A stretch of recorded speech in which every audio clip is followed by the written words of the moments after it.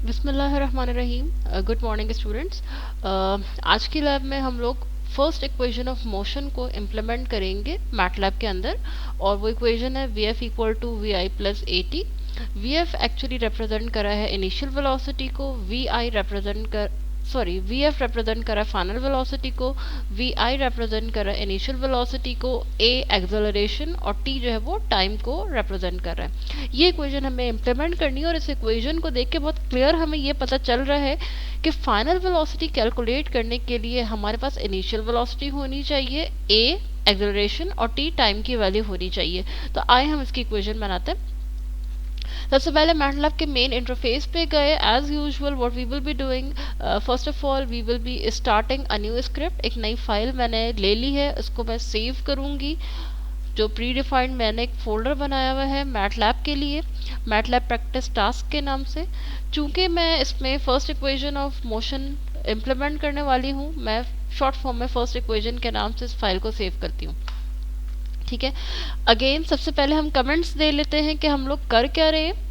First equation of motion with inputs already given. इसका मतलब ये है कि इक्वेशन ऑफ मोशन हम लोग इम्प्लीमेंट कर रहे हैं और इसमें जो जो वेरिएबल्स की वैल्यू होंगी वो हम खुद से प्रोग्राम के अंदर दे रहे होंगे। अभी हम लोगों ने देखा हमें 3 वैल्यूज देनी है, वी आई की, ए की और टी की। ये वैल्यूज हम देते हैं। मैं इसमें वी आई ही अज्यूम कर लेती हूँ कि इनिशियल वेलोसिटी की वैल्यू सपोज कर ले, मैंने 10 सपोज कर ली है। ठीक है, जब मैंने वी आई की वैल्यू दे दी तो इसका मतलब है कि एक वेरिएबल या एक स्टेटमेंट मेरा जो है वो बेसिकली कंप्लीट हो गया। इसीलिए हमने स्टेटमेंट को टर्मिनेट करने के लिए सेमीकोलन लगाया। ए की वैल्यू हम लोग दे रहे हैं सपोज 5। अगेन ये आपका स्टेटमेंट कंप्लीट हो गया, आपने इसको टर्मिनेट करने के लिए सेमीकोलन लगाया। और टाइम की वैल्यू मैं दे देती हूँ 2, और 2 की वैल्यू को, ये भी मेरा जब स्टेटमेंट कंप्लीट हुआ मैंने टर्मिनेटिंग वो लगा दिया सेमीकोलन। अब हम अपना फॉर्मूला लिखेंगे फाइनल वेलोसिटी का, जो कि वी एफ के बराबर है, जो कि वी आई प्लस ए और प्रोडक्ट है टी का। जैसे कि मैंने पहले भी बताया था कि मैटलैब को नहीं पता कि अगर मैं 2 वेरिएबल्स को मल्टीप्लाई के साइन के बगैर ऐसे लिख दूं तो उसे नहीं पता कि उसने ए और टी को मल्टीप्लाई करना है। इसलिए हमें खुद से ये साइन लगाकर दिखाना पड़ेगा कि ए और टी यहाँ पर मल्टीप्लाई हो रहे हैं। जब मैंने यहाँ पे वी एफ लिख दिया, सेंटेंस को टर्मिनेट किया। अच्छा, मजीद ये कि वैसे तो ऐसा कोई चांस नहीं है, लेकिन एहतियातन मैं एक ब्रैकेट यहाँ यूज़ कर लेती हूँ जो ये मैटलैब को इंडिकेट करे कि पहले ए और टी को आपस में मल्टीप्लाई करें, फिर उसके बाद उसको वी आई में ऐड करें। तो एक मैंने ब्रैकेट्स का इस्तेमाल कर लिया ताकि मेरी जो इक्वेशन है वो थोड़ा सा क्लैरिफाई रहे। आखिरी में मैं वी एफ की वैल्यू को प्रिंट कराऊंगी और इसके लिए मैं एफ प्रिंट एफ का कमांड जो हम लोग प्रिंटिंग के लिए यूज़ करते हैं उसे यूज़ करूंगी। और उसका फॉर्मेट ये है कि एफ प्रिंट एफ लिख के हम ब्रैकेट लगाते हैं, सिंगल सेमीकोलन डालते हैं और फिर अपना स्टेटमेंट लिखते हैं। वही स्टेटमेंट प्रिंट होती है, the value of final velocity is. ये एग्जैक्ट एक्सप्रेशन जो है वो बेसिकली प्रिंट होगी, ठीक है, रिजल्ट में आएगी। और इसके बाद मैं चाह रही हूँ कि यहाँ पर मेरी जो वैल्यू है वो वी एफ की प्रिंट हो जाए। फिलहाल मैं भी जगह छोड़ रही हूँ इसके लिए। मैंने सिंगल इन्वर्टेड कॉमा लगा के अपना ये सेंटेंस कंप्लीट किया, कॉमा लगाया और कॉमा लगा के यहाँ पे वो वेरिएबल लिखेंगे जिसकी वैल्यू मैंने इस के बाद लिखनी है।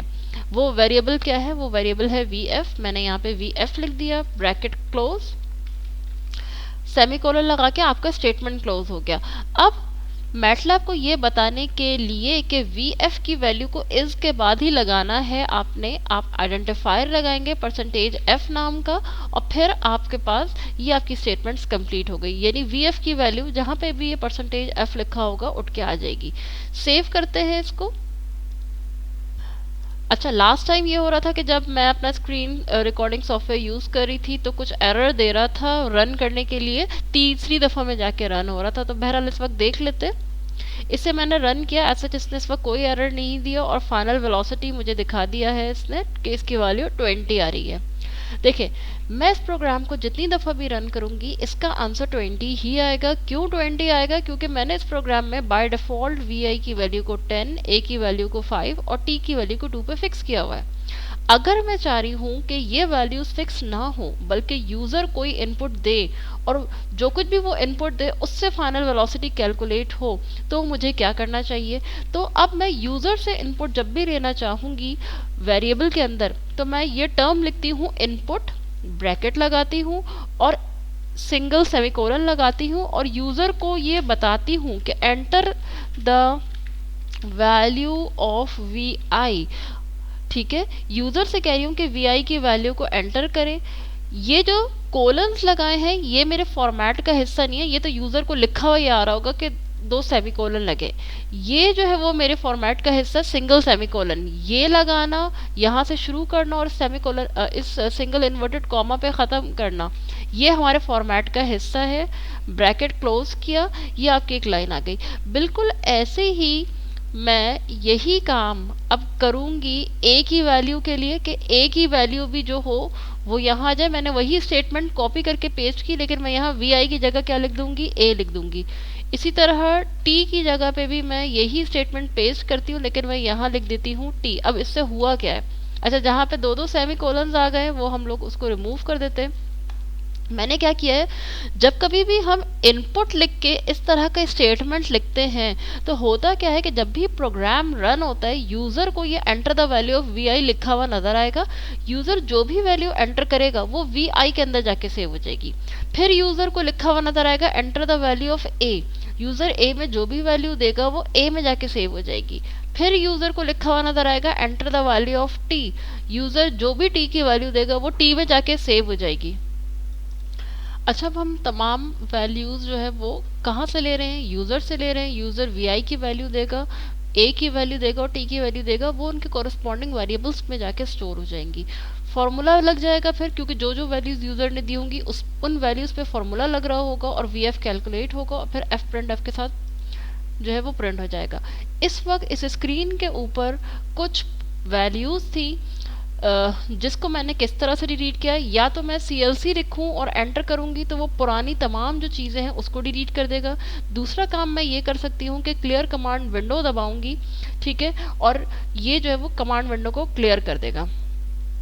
ठीक है, दो हम काम कर सकते हैं। अब हम इसको रन करने की कोशिश करते हैं। जब मैं रन कर रही हूँ तो मुझसे VI की वैल्यू मांग रहा है। ए की वैल्यू को मैंने 7 दे दिया, टी की वैल्यू को मैंने 8 दे दिया, तो इसने मुझे फाइनल वेलोसिटी प्रिंट करके दे दी। तो देखें इस वक्त इसमें तमाम जो डाटा दिया गया है वो इनपुट्स का वो यूज़र ने दिया है और यूज़र की दी हुई जो भी वैल्यूज़ थी उसके लिहाज से फाइनल वेलोसिटी कैलकुलेट हो गई है। So this completes our task for today.